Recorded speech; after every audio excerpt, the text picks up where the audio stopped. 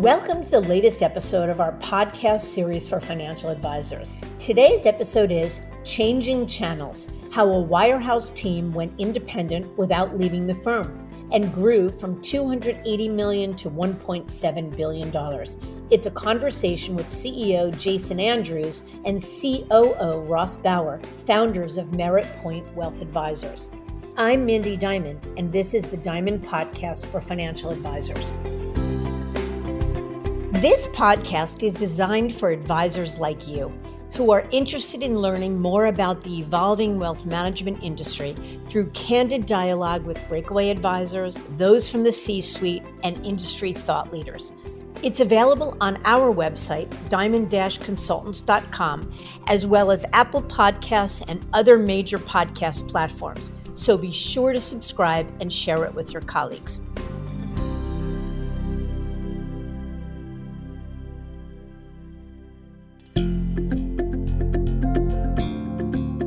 At Diamond Consultants, our mission is to help advisors live their best business life.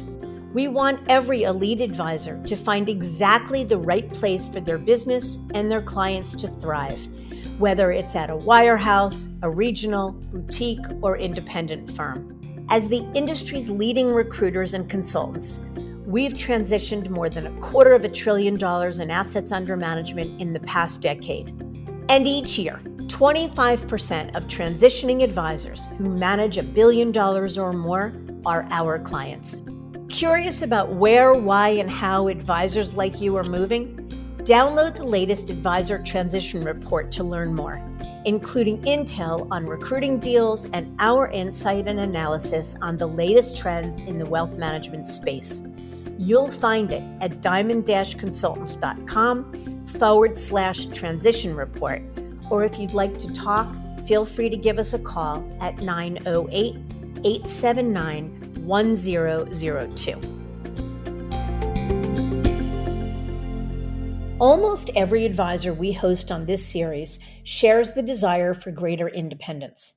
The good news is that there are plenty of options available in the ever-evolving industry landscape for advisors to find just what they're looking for, including firms with multi-channel affiliations. These give employee advisors an opportunity to slide to an independent model and become true business owners with far less hassle than they might have dealt with had they gone to another platform provider or built an independent business themselves. Wells Fargo Advisors Financial Network, or FiNet as it's commonly known, the independent broker-dealer arm of Wells Fargo Advisors, is a popular home for advisors looking to go independent without the heavy lift of setting up their own firm from scratch. And that's especially true for Wells advisors, particularly this episode's guests, Jason Andrews and Ross Bauer. As employee advisors at Wells Fargo's Private Client Group, or PCG, they built the business to $280 million in assets and decided that it was time to build their own firm based on their vision. That is, one that was founded on flexibility, freedom, and family, as they put it. After conducting due diligence, the notion of a transition to independence without actually leaving Wells was of tremendous appeal. So in 2019, they made the leap and launched Merritt Wealth Advisors with FiNet. And today, 5 years later, they're managing nearly $1.7 billion in assets. What is it that drove such incredible growth in such a short time? What specifically made changing channels within Wells more attractive than other options? How do their business lives differ from their time as employees of Wells to C-level leaders of their own firm? And what is it that other advisors can learn from their extraordinary growth story? Jason and Ross discuss all that and more with my partner, Lewis Diamond. Their story is a compelling one, so let's get to it.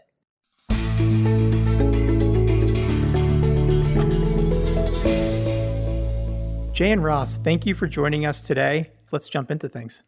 Awesome. Let's do it. Thanks, Lewis. Let's start with Jay first. Can you please walk us through your background and what led you into the industry to begin with?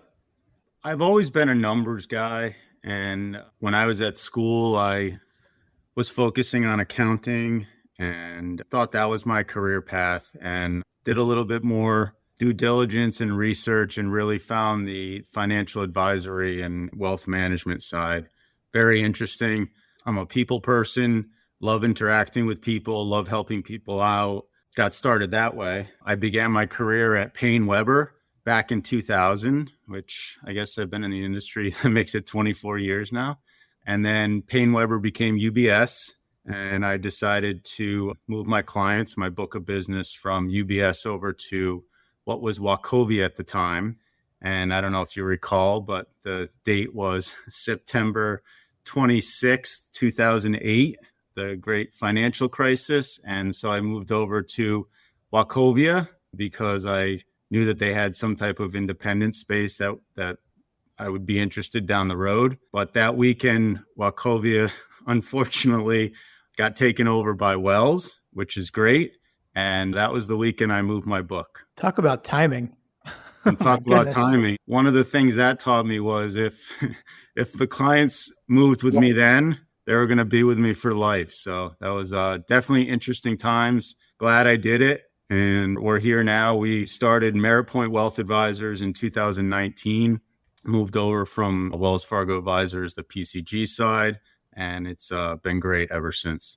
I can't believe you decided to layer in probably the two most stressful moments of your career. First, your first time transitioning your business at the same weekend that your firm that you just joined and pitched your clients on pretty much went belly up and was taken over by a new parent. So I would say if, aside from clients sticking with you personally, if you're able to brave that and you're able to keep your cool, then you can probably accomplish anything going forward.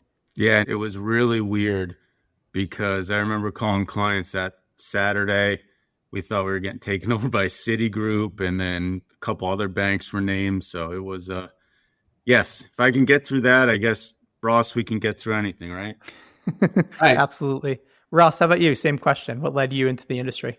Yeah, I think like me, the journey really started in college. I was studying economics, thinking I wanted to be a lawyer, and had an experience interning at a law firm sophomore summer, and decided that probably wasn't the route for me. So I was back to the drawing board and always interested in investing in markets classes.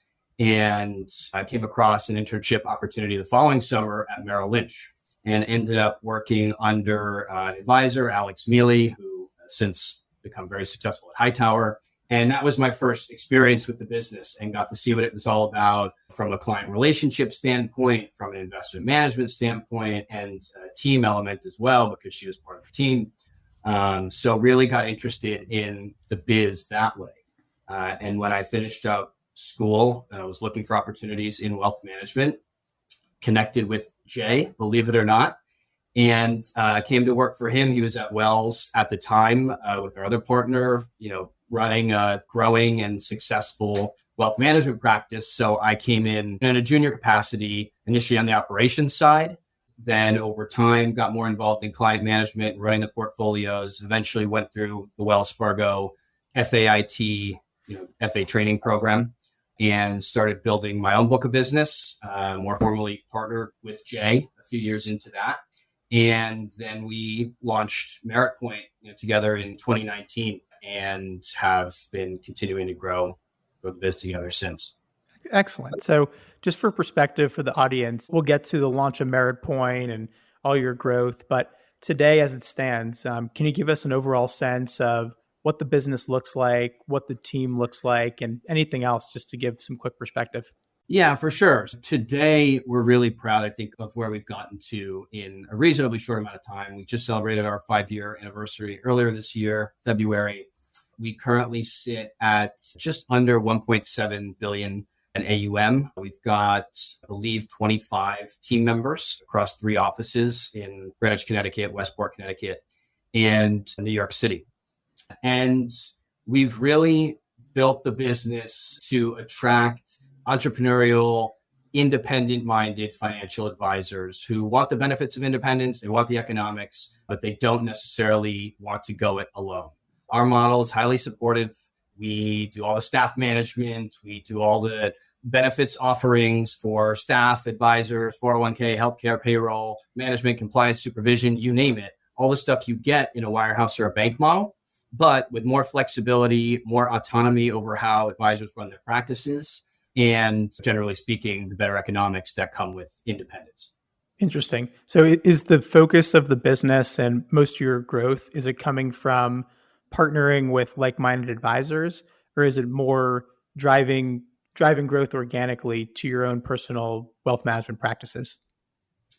It's definitely been more about attracting like-minded wealth advisors. And I think when we started the business, we really spent the first year, 2019, 2020, getting a platform together and infrastructure together that could support the growth that we wanted to have by expanding the team. And once we had the pieces in place, we really made a push to get the word out there, get the name and the brand out there to other like-minded advisors who would be interested in joining us. Brought our first recruit on from Ameriprise in, I think, March of 2020, right when COVID hit, which was a crazy time everyone remembers. And I remember having a conversation with her saying, hey, we still doing this thing?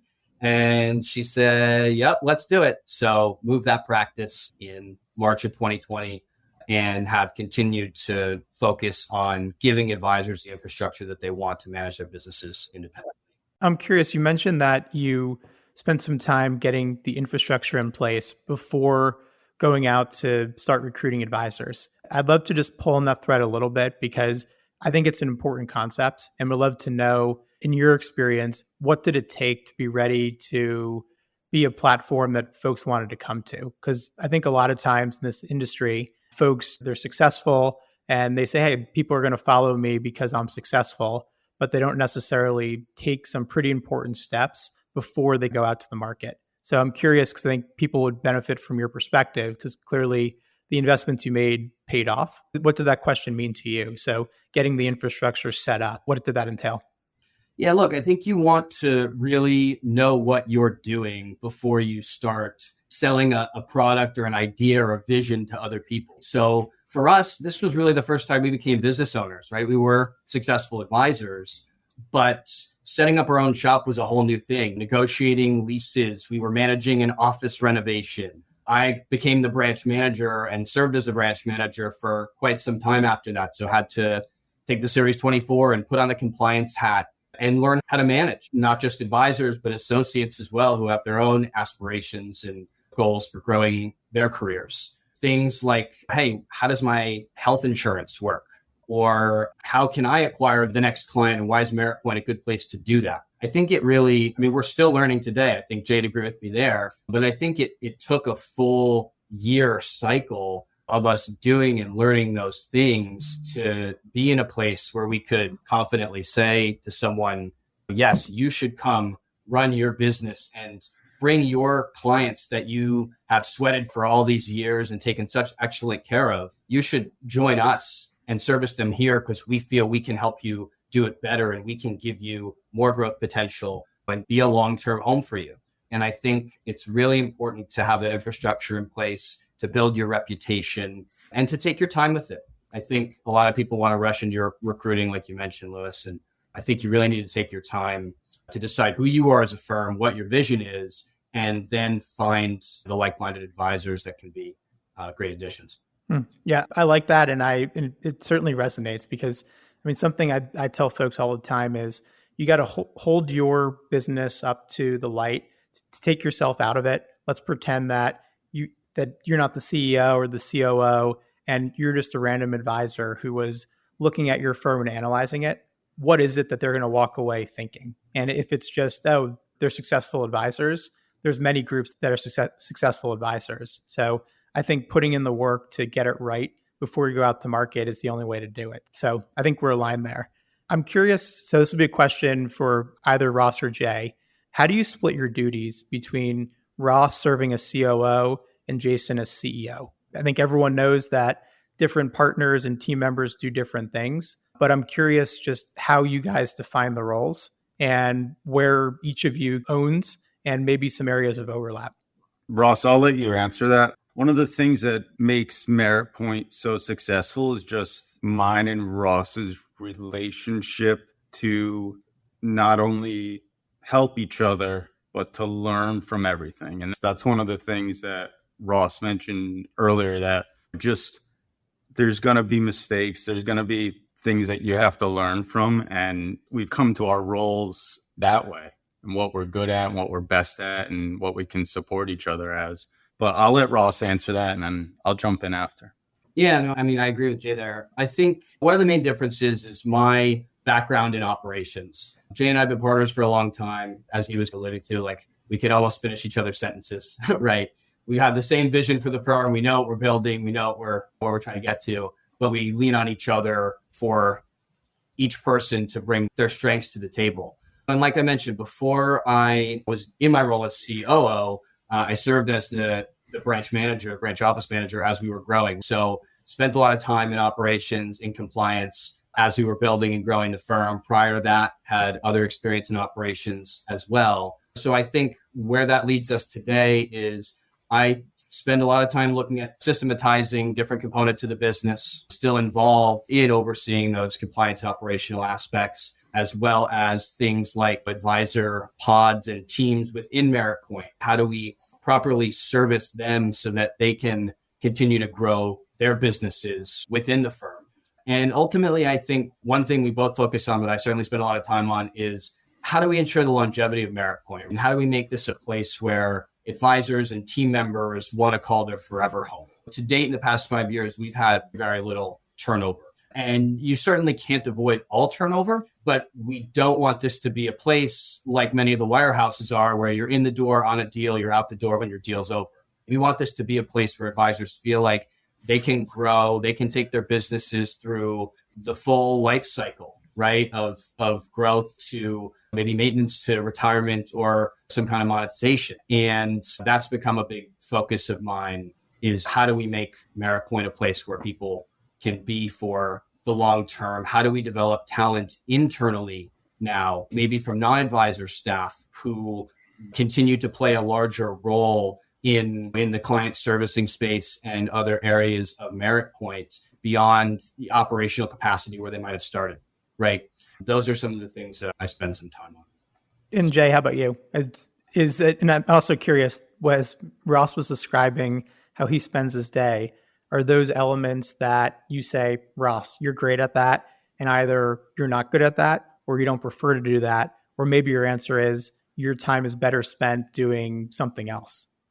I think it's both of those things. Most of my time is spent on recruiting and growing the business and making sure our vision is the same and providing, like Ross said, the last stop for advisors. I had a meeting with a advisory team on the Wirehouse side last week, and one of the guys said to me, I mean, he's still young, he's in his early 60s, and he said, Jay, when I move over to you guys, this is going to be my last stop. I'm not going to do this again. And that's one of the things that we focus on, like Ross said, making sure that's really important to us, and providing that level of service for the advisors and the amount of growth. And again, we keep talking about our vision. When we first formed Merritt, we were joking around and looking for a tagline. And I used to joke around and say, there's the F words, and it's not that F word. It's flexibility, freedom, and family. And I think we're trying to build out an organization where we all feel like family. And that's one of the things that I like to focus on, making sure that as the CEO or the leader, that's really important for our firm. Very interesting. I think the dynamic you have is an important learning for anyone listening. I mean, businesses, as they scale, you need folks who own certain competencies or areas. And to me, the best businesses in the industry, they have a really good COO who takes the non-client facing work off the plates of the CEO and the advisors, and can basically make it so that advisors and the business can operate as efficiently as possible. And sometimes if you have a CEO who wants to control everything, that's a challenge too. So it seems like you guys have hit the right balance where you each can focus on what I would assume fulfills you the most, but also what you're really good at. And that gives your advisors the best possible platform. Louis, I'm going to jump in. That was really difficult for me. I'm a personality. And at one point, Ross and I had to sit down, and he basically was like, Jay, you gotta let go a little bit. And that's actually been one of the best things that's happened in our business. You have to remember, Jay and I, we've worked together for 10 years now, but as I mentioned earlier, I came into the business working for Jay. So as the business has grown, as we've grown, we've always had a strong relationship, but it's obviously changed over time. So those dynamics it's been fun to watch them evolve. No doubt.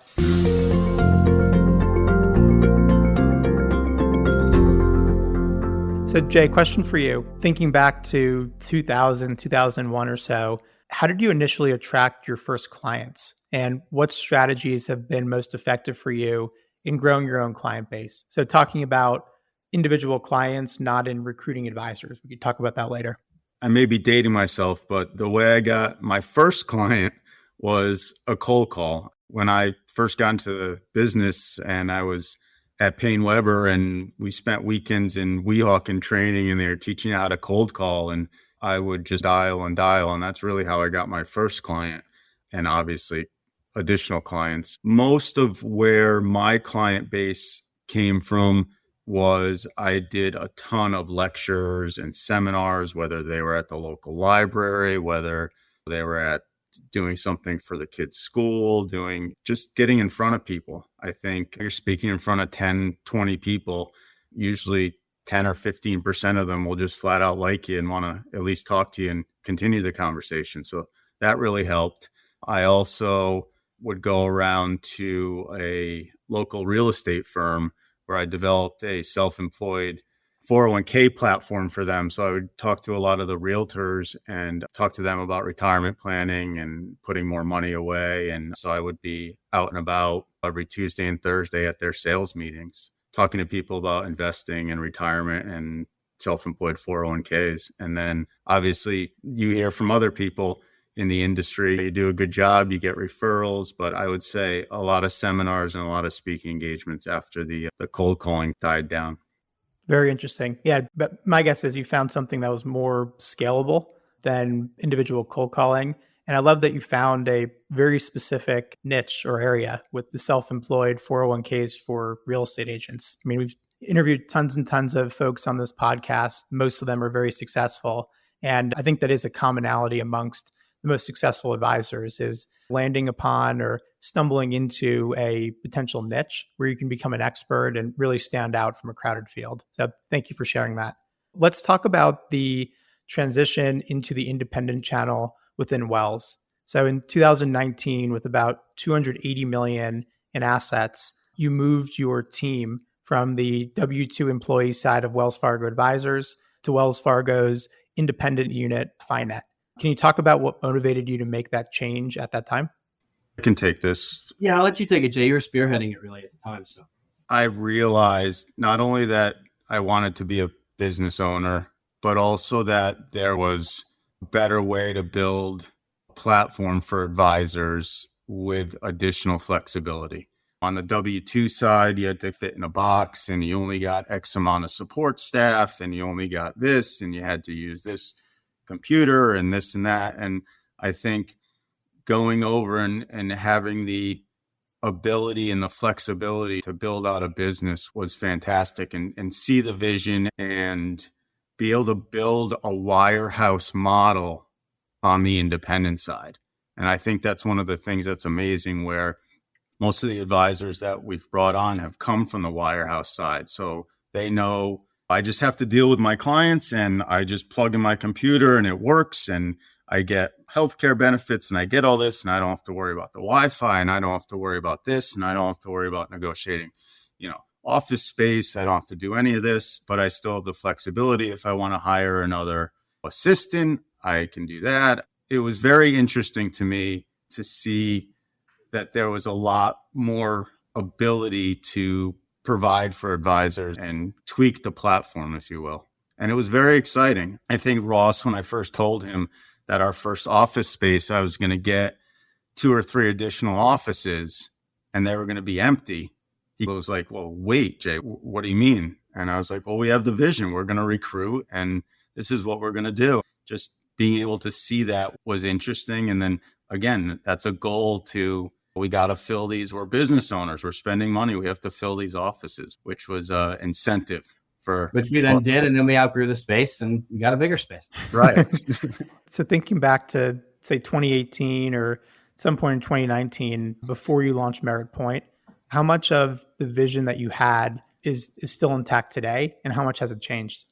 I think it's still intact. I mean, I had this vision back in 2014 when I first looked at the independent space. We did a lot of due diligence, and finally, end of 2008, it was February of 19, we decided to make the move. I mean, the vision is still here, and our goal, like Ross said, we have 25 team members. I mean, our goal in the next, with multiple offices, we're looking at additional states, which we've always talked about. So I don't think it's changed really at all. I don't think the vision's changed either. I think competition's picked up. I think it feels like when, at least to me, in 2019, when we launched and we started building the infrastructure and recruiting and everything else, we felt like trailblazers. A little bit. I realized we weren't the first ones to it, but it just feels like now with the trend to independence, there are obviously more and more firms coming online, which I think is a good thing. I think healthy competition's obviously a good thing. It makes everybody better. And I've seen some really good independent business models out there. And I've seen some that I'm like, I don't know that this is going to be around in 5 years. And I think Jay and I look at those things as we assess our vision and how we're delivering on it. And we use those other firms as benchmarks to see if we believe that we're following the correct path. Interesting. So before you made the internal move to independence within Wells Fargo, did you think about or consider other versions of independence? Or was it really, we have this vision, we want to be independent, and if we can move internally with way less friction than changing firms, that's going to be our path? Yeah, I can take that one, Jay. I mean, I think we did do due diligence and really look at a lot of different options that were out there on the street, from other independent models to hybrid models. And ultimately, I think for a combination of the reasons you said, the move to FiNet was the right one. And we're very happy with it. We've been very happy with it. Obviously, it's lower friction, right? Making that transition. But that's only one reason to do it. I think what really got us excited and still has us excited is the amount of investment that Wells is making in the platform, and they've continued to evolve it and deliver on that as they've built that independence, as they've helped support Merritt Point with recruiting and growth and everything else that comes with that. And as they continue to build out their platform on the hybrid side, on the RIA side, they're doing a lot of really interesting stuff. Yeah, so I mean, it leads into the next question, which is, seems like it was the right move for the business, because what I'm most interested in hearing about is how you grew the business from 280 million in assets in 2019 to now being right around or above 1.7 billion, with, I would assume, an eye on 5 or 10 billion soon after. So what do you attribute to this incredible growth? Look, as we've said, in 2019, it was really build the infrastructure and then let's see what we can do with this thing. And as it's grown over time, yes, we've been able to look more tangibly at, obviously, the next milestone's $2 billion. And then, 5, 10, sky's the limit from there. It's really been, I think, the ability for us to attract not just advisors from wirehouses, but quality advisors from wirehouses who we get along with, who support the vision that we have and fit in with what we're building and want to be part of it, and who we can then in turn deliver a ton of support for. And I think I say to Jay a lot, and we just did a big website renovation, if you will. We launched a new website. We're constantly working on the brand and getting the name out there. And I say to Jay often, I don't want a meeting with an advisor to be the first time they're hearing about Merritt Point. I want them to have seen us on LinkedIn or been to the website or heard from another advisor or a friend that Merritt Point does independence. They do it well. They do it differently. And they're a good place to be. And so that's really where the scale has come from. It's largely been through recruiting other successful advisors, successful teams who want to run their practices here. And as the brand's grown and as we've worked really hard on the reputation of the firm, it's coming from a variety of different sources, whether it be wholesalers or recruiters or word of mouth. We've brought in some really great folks that way. And I think as we continue to evolve, and also in addition to that, we've had some acquisition opportunities too, which has been a nice thing, and maybe will become another component down the line, a bigger component down the line. That's great. Going back to Ross's original point, building out a wirehouse model on the independent side has made it very comfortable for advisors. And I think that's led to a lot of success where oh, I can be independent, but I don't have to worry about everything. That's great. Where do I sign? I think what's interesting about your growth strategy, it's not that one's better than the other, but a lot of successful advisors who are employed by a major wirehouse, they'll go independent in order to grow their own personal business. They have a vision for serving clients in a different way and doing marketing initiatives to drive organic growth or adding in new services. It seems like from the minute you started Merritt Point, I'm sure that was part of it, but it was more so going to be focused on let's grow the AUM by recruiting like-minded advisors and acquiring businesses rather than how do we grow Jay and Ross's personal practices. Yeah, I think that's exactly right. And I think a couple of things you just hit on, Lewis. What we've done is try to provide those things you mentioned to our advisors. So we've got a partnership with a marketing and design firm that our advisors have access to virtually as much as they need if they want to design customized materials for their team or their advisor brand within Merritt Point. We've got team members that are focused on getting that messaging out via email and on LinkedIn, social, et cetera. So helping them brand and grow their practices with the support of Merritt Point is something we offer. We have a quarterly newsletter, right, that different members of the team contribute economic commentary, planning commentary, right? Different things that the advisors don't have to go themselves and create, but they can brand Merritt Point with their own brand if they want to, and they can share them, with clients. We do a bunch of Zoom lectures. We do a couple in-person events a year, all for our advisors to be able to offer to their clients or invite prospects to, because we really want to facilitate them growing their businesses and deliver some of the things that we felt were lacking on the Wirehouse side. Very interesting. Can we talk a little bit about, to the extent you're able to talk about it, how does the economic relationship work between you and the advisors? Are the advisors independent contractors who own their books and own their clients? Are they W-2s? And how does the economic split work between you and the practices you're bringing on? The answer to the question is the advisors are independent contractors, right? 1099. They own their clients, right? We're very upfront about that. We always have that conversation early on. We sign non-solicitations when the advisors come in the door. If you wake up one day and you don't like Ross and Jay's outfit choices anymore, whatever, you want to walk out the door, your clients are yours, right? We're not going to call on them. So that's the relationship there. And I think what we've tried to do economically is pass through as much of the economics to the advisors as possible. Obviously, we're building out infrastructure here, and that takes capital to run and to build. And we need that capital to be able to deliver the experience to the advisors and their clients. But we really try to pass through as much of the economic value as we can to the advisors who are entrusting us to be the platform that they're running their business on. And I'm curious, from a enterprise value standpoint, as you think about how do we grow the enterprise value of Merritt Point Wealth Advisors, what steps are you taking to grow that value? Because I know there's a school of thought in this industry that if you have a business of independent contractors who can all walk out the door whenever they want to, that perhaps the business isn't as valuable as if you acquire the practices or you had advisors sign very strict non-competes and non-solicits. So how do you think about the value of the business if you ever do decide to take chips off the table or sell it?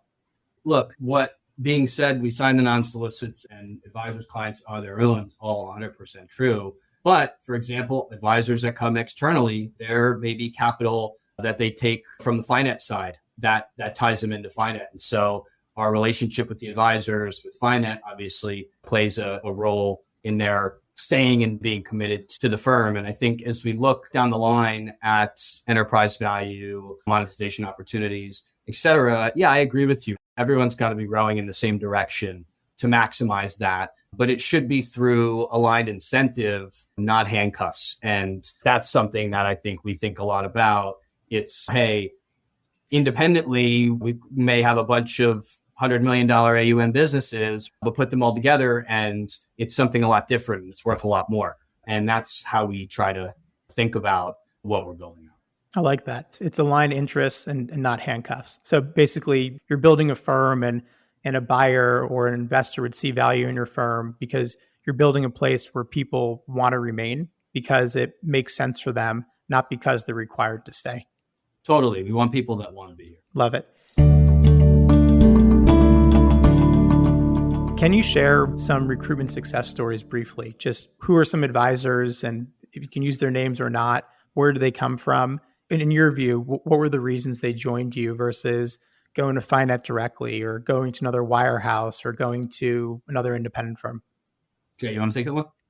Yeah, I think I'll talk a little bit about a UBS team we brought over. I think I touched on a few of the points, but there was a UBS team that just wanted to go independent. They actually looked at opening their own shop and doing it on their own. And when we were introduced to them, they found our model to be very advantageous for what they were trying to build. They had one assistant and two advisors. They wanted to bring over a CFP with them. They eventually wanted to get more support staff. They wanted to do some additional marketing. They wanted to build out relationships with CPAs. And that was something that they were able to do over here. And that was a long process. It was not only doing the due diligence of, can we hold some of their investments and assets here on the Wells platform, but also them describing their business plan and their own business model and how we could make that work here at Merritt Point. And they came over, they brought over almost both their entire books, the team, and they're above where they were hired on their T12, and they're crushing it now. And one of them called me the other day and they were like, Jay, this is just unbelievable. I wish I did this 10 years ago, just having the extra support, just having, like Ross said, systems in place. And Ross has done a really good job with that, where, if they have a question about a trade error, who do I go to, or this or that? And it's, again, we're all aligned and we're all a team, but also having the flexibility again to be able to build out a business within a business, I think was the big selling point for them. Yeah, and I think to their credit, right? Like they had a significant business or two independent significant businesses. They were combining and joining Merritt Point. It was a big lift, right, for them and for us as well. And I think something Jay mentioned earlier about it's not all perfect all the time. And someone asked me recently about transitions and was there a secret sauce or how do they work? And I'm sure you've heard this before, Lewis, but every transition is different. The only promise I can make or that I've seen is that something will always come up. Something will always go wrong, but you have to be ready for it, even if you don't know what it is. And it's how do you react? What stopgaps and systems do you have in place? Can you shift additional support within the firm to help with those transitions? Do you have the contacts within the BD or the RAA to get exceptions made or get things done in an expedited way when they need to be done? That's, I think, like where the focus should be when we talk about building out infrastructure that's ready for transitions, knowing that there's no way you can prevent every little thing that could possibly go wrong, right? I completely agree. I always say there's no replacement for preparation, but you have to have a certain level of tolerance that things are going to go wrong, things you never thought were going to happen. And as many questions as you might ask, it's never going to be 100% perfect. Been doing this for 30 years, have facilitated hundreds and hundreds of transitions at this point, and there's always something that goes wrong, but still there's no replacement for asking questions and being prepared, because you can at least avoid some potential hiccups or bumps in the road. So I am with you. I want to ask you a question, and hopefully you can be honest about this, but no firm or model is perfect. If it was, everyone would go there. I wouldn't be in business, and you guys probably wouldn't be either. So are there elements of independence within Wells Fargo that are less ideal, either relative to the RIA world or just in general? I'm happy to take this one. Look, I think the platform, as we mentioned, when we transitioned to FiNet, part of the reason was we liked the platform, right? We like the investment infrastructure, the due diligence that Wells' team does on funds and products and everything else. And also some of the things that are more unique to not just the Wire, but Wire that's affiliated with a large bank, right? Especially on the lending side and the private banking side, as you're dealing with ultra high net worth clients, there are some tools and resources in there that become very useful. And so we wanted to maintain all of that. And that's been really great for us. I think the only thing that comes to mind in the RIA world that's obviously a little bit different is the ability to be multi-custodial. And really only in our mind right now, only as that comes to acquiring other businesses or other RIAs, it just broadens your reach. So I think that's something we think about. But again, that's something Wells is thinking about too in their independent channel, and how do they facilitate firms that want to do that. So we're very optimistic, and we're in constant contact with the teams that are building out that infrastructure, and we're looking forward to that evolution. That's a great answer, because obviously there's still immense benefits to staying where you are and leaning into the capabilities that you have access to. But I think it's healthy to at least know some of the potential blind spots. And ultimately, you'll stay and keep running Merritt Point within FiNet as long as the benefits that they provide far outweigh some of the things that you might be able to accomplish outside. But it seems like for now, you're definitely in the right spot. So Jay, I got a question for you. You mentioned when we were talking about the separation of duties between you and Ross, the COO CEO dynamic, that you had to let go of some control, and that was challenging for you. What was it like migrating from being a team lead as an employee of Wells Fargo to becoming a CEO? And what have you done to prepare yourself for this increase in responsibility and leadership duties? Maybe my brain's wired for this to be a business owner, but it wasn't that different, because the way we always treated our practice on the wire side was it was a business. And you're not necessarily having to worry about paying the electric bill or whatnot, but we always ran it as a business. So it wasn't that different going forward with this. But like we said before, there was a big learning curve, reading a lot of books on not only business management, but also personnel management.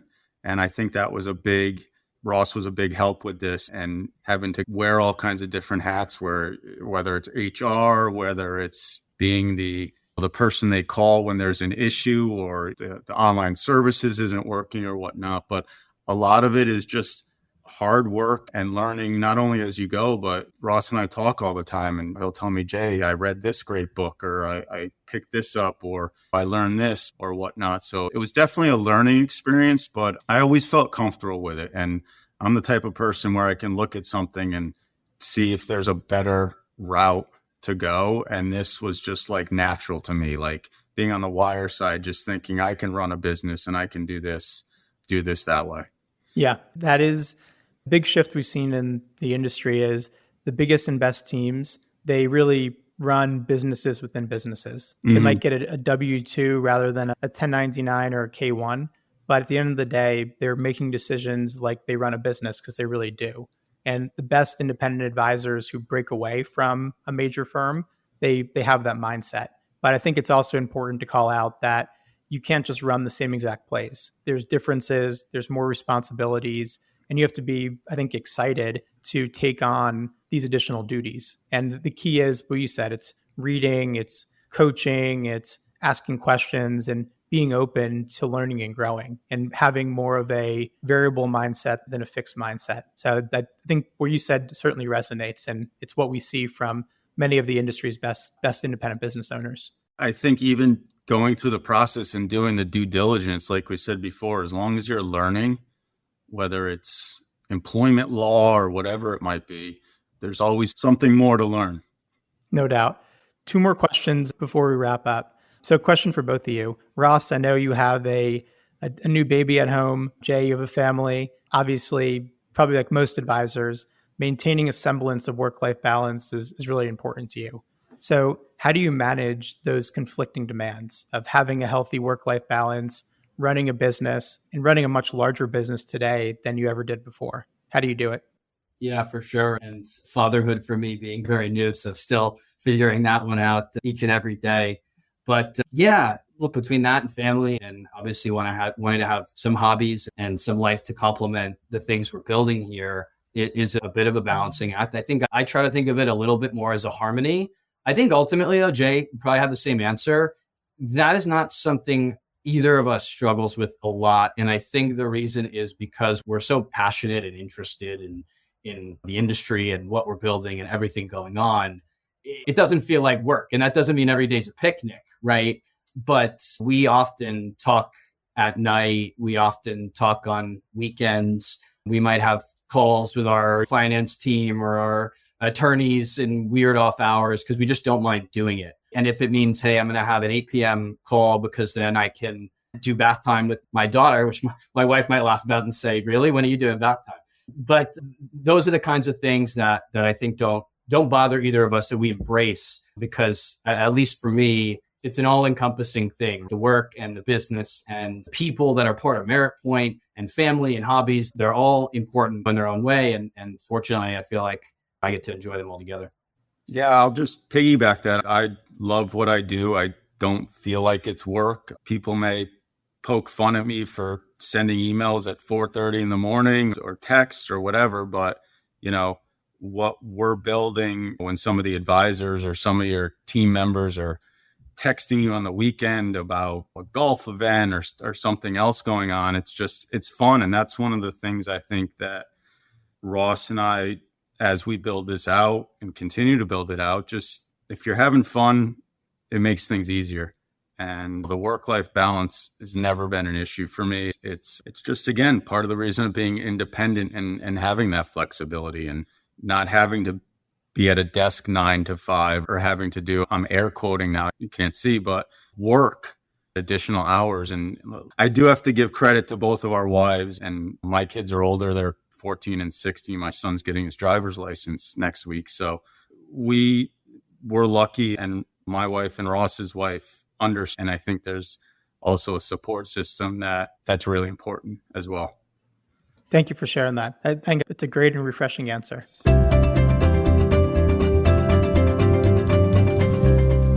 One last question to take us home for either or both of you, but any advice for those considering change or thinking about change?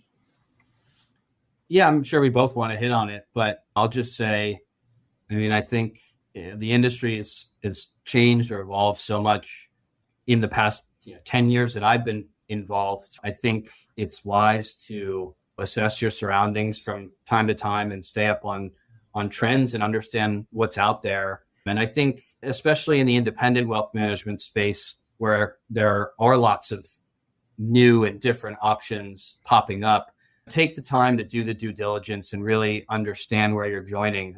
I see, as I'm sure you do, Lewis, from time to time, advisors may be shopping for the biggest check or the highest payout, and they're missing out on, well, do I really want to work at this place for the next 10 years, 20 years, whatever it may be, maybe more? And where is my business going to be able to experience the most growth? Where am I going to get the support that I need? Where can I unlock the most value from my practice? And where do I have a voice? Where do they want to hear what I have to say? Because I think all those things are really important, in addition to understanding your economics, which I think is another thing where, again, I come across advisors that are will say, well, so-and-so quoted me a 90% payout and giant check and blah, blah, blah. And sometimes if it sounds too good to be true, maybe it is. And also, okay, your payout might be quoted as X, but what is that really covering, right? Versus what are you expected to go into your own pocket for? And I think just make sure you take the time to understand those things and you're looking at apples to apples, not apples to oranges.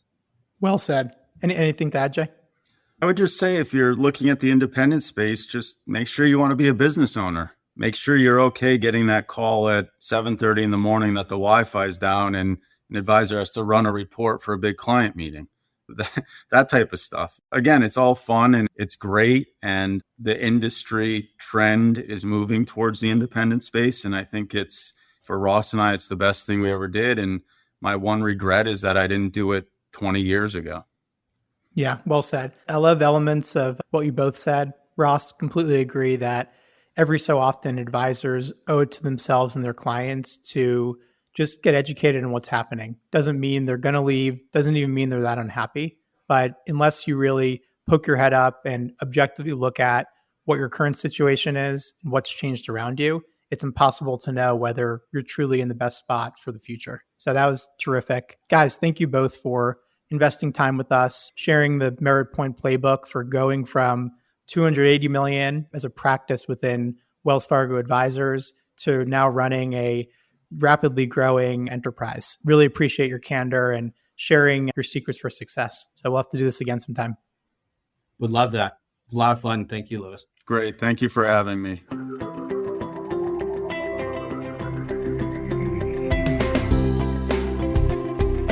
Curious about where, why, and how advisors like you are moving? Download the latest Advisor Transition Report to learn more, including intel on recruiting deals and our insight and analysis on the latest trends in the wealth management space. You'll find it at diamond-consultants.com/transition report.